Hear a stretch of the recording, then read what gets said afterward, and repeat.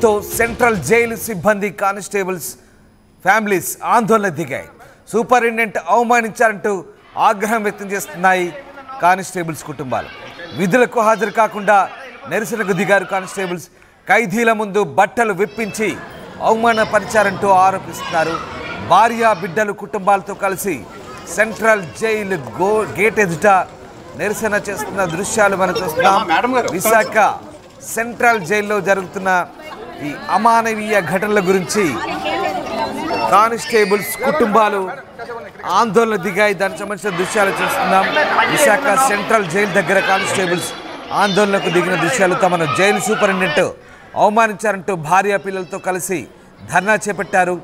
ఖైదీల ముందు కానిస్టేబుల్స్ బట్టలు విప్పించి అవమానపరిచారంటూ నిరసన చేపట్టారు. ఇక సెంట్రల్ జైలు సిబ్బంది కానిస్టేబుల్స్ విధులకు హాజరు కాకుండా ఈ నిరసన వ్యక్తం చేశారు. జైల్లో విధులు నిర్వర్తించే తమ భర్తలకు సెంట్రల్ జైలు ఉన్నతాధికారులు వేధింపులకు గురి చేస్తున్నారంటూ వారిపై కఠిన చర్యలు తీసుకోవాలంటూ డిమాండ్ చేస్తూ నినాదాలు చేశారు. సెంట్రల్ జైల్లో విధుల్లోకి వెళ్తున్న పోలీస్ సిబ్బందిపై పై అధికారులు క్రూరంగా వ్యవహరిస్తున్నారంటూ కానిస్టేబుల్స్ ఆరోపిస్తున్నారు. జైల్లో ఖైదీల ముందే బట్టలు విప్పించి తనిఖీలు చేయించడంపై కానిస్టేబుల్స్ కుటుంబ సభ్యులు తీవ్ర ఆగ్రహం వ్యక్తం చేశారు. ఖైదీల ముందే కానిస్టేబుల్ను అవమానపరిస్తే వారికి ఎలా గౌరవం ఉంటుందంటూ తోటిగా ప్రశ్నిస్తున్నారు. ఖైదీల ముందే నగ్నంగా నిల్చోబెట్టడం సరికాదంటూ మండిపడుతున్న పరిస్థితి కనబడుతోంది. విశాఖ సెంట్రల్ జైలు ఎదుట ఖైదీల ఎదుట అవమానపరచడాన్ని నిరసిస్తూ కానిస్టేబుల్స్ వారి కుటుంబ సభ్యులు నిరసనకు దిగిన దృశ్యాలవి. కేంద్ర కారాగారం విశాఖపట్నం సెంట్రల్ ప్రిజన్ విశాఖపట్నం ఎదుట వారి కుటుంబ సభ్యులు పిల్లలతో కలిసి ఆందోళన దిగారు. ఒకసారి చూడండి, పిల్లలు కూడా నినాదాలు ఇస్తూ ఆందోళన చేస్తున్నారు. తమ పేరెంట్స్ని అంటే తమ తండ్రుల్ని అవమానపరుస్తున్నారంటూ చిన్న పిల్లలు కూడా జైలు ఎదుట ఆందోళనకు దిగడం ఇప్పుడు చర్చనీయాంశంగా మారింది. భార్య పిల్లలతో కలిసి కానిస్టేబుల్స్ జైలు సూపరింటెండెంట్ వ్యవహార శైలిపై మండిపడుతున్న పరిస్థితి కనబడుతోంది. తనిఖీల పేరుతో ఖైదీలు ఎదుటే బట్టలు ఇప్పించి అవమానపరుస్తున్నారంటూ మండిపడుతూ ఆందోళన దిగారు. ప్రస్తుతం అంశం అసలు ఏం జరుగుతుంది విశాఖ సెంట్రల్ జైల్లో ఎలాంటి పరిస్థితున్నాయి? కేంద్ర కారాగారం నుంచి మా ప్రతినిధి శివరామకృష్ణ పూర్తి సమాచారం అందిస్తారు.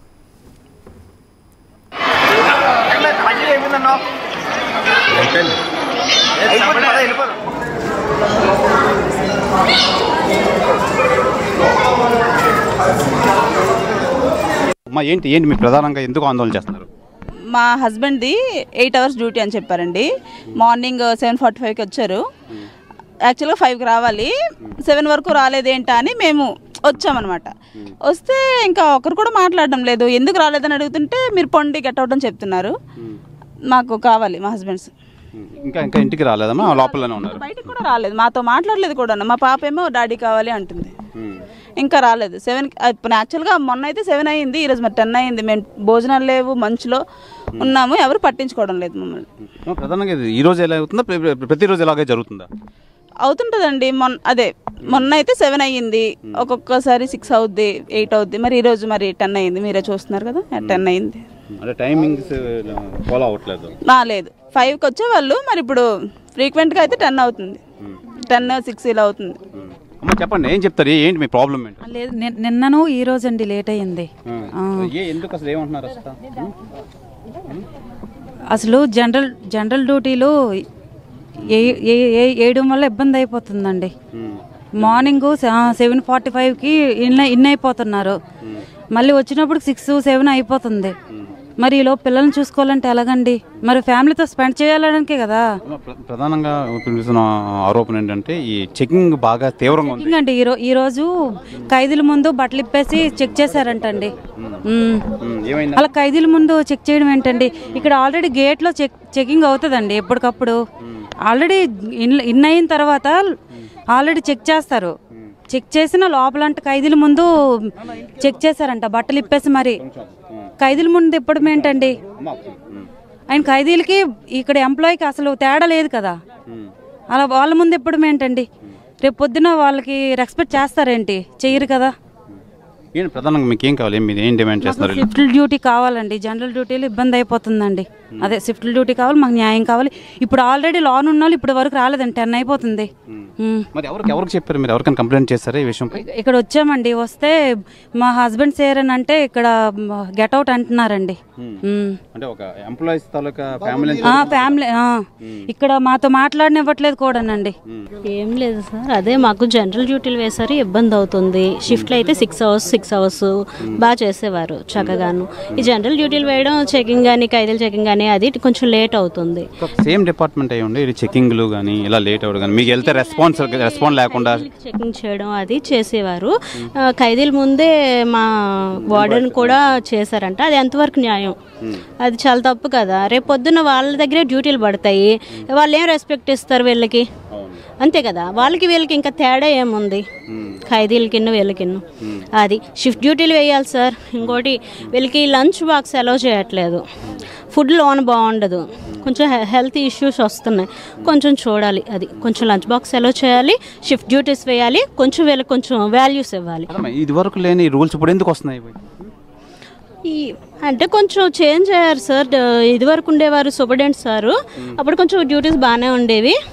ఇప్పుడు మరి చేంజ్ అయ్యాయి, అవి మరి మా వరకు తెలియదు.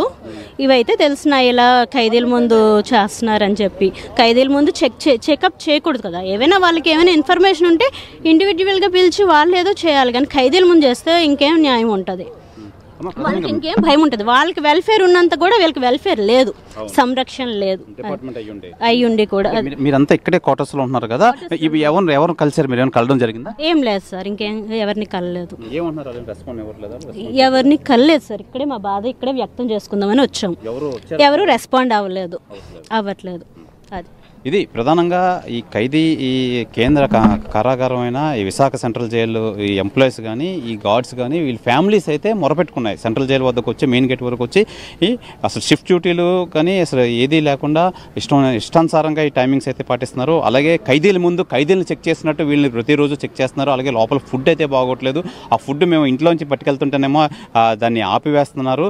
అసలు నిజంగా ఈ స్టాఫ్ని ఖైదీలతో సమానంగా చూస్తున్నారు. ఇది చాలా అమానుషం అని చెప్పి ఈ డిపార్ట్మెంట్ సంబంధించి ఫ్యామిలీ లేడీస్ అంతా వచ్చి ఇక్కడ మొరపెట్టుకున్నారు. ఎవరిని అడిగినా సరే గెట్అవుట్ అని చెప్పి వీళ్ళు మాకు సరైన రెస్పాండ్ ఇవ్వట్లేదని చెప్పి మహిళలంతా వాపోతున్నారు. ఏదేమైనా మాకు న్యాయం జరగాలని చెప్పి వీళ్ళంతా కోరుతున్నారు. కెమెరామెన్ అజయ్తో Sivaramakrishna TV, Visakha central jail వద్ద నుంచి.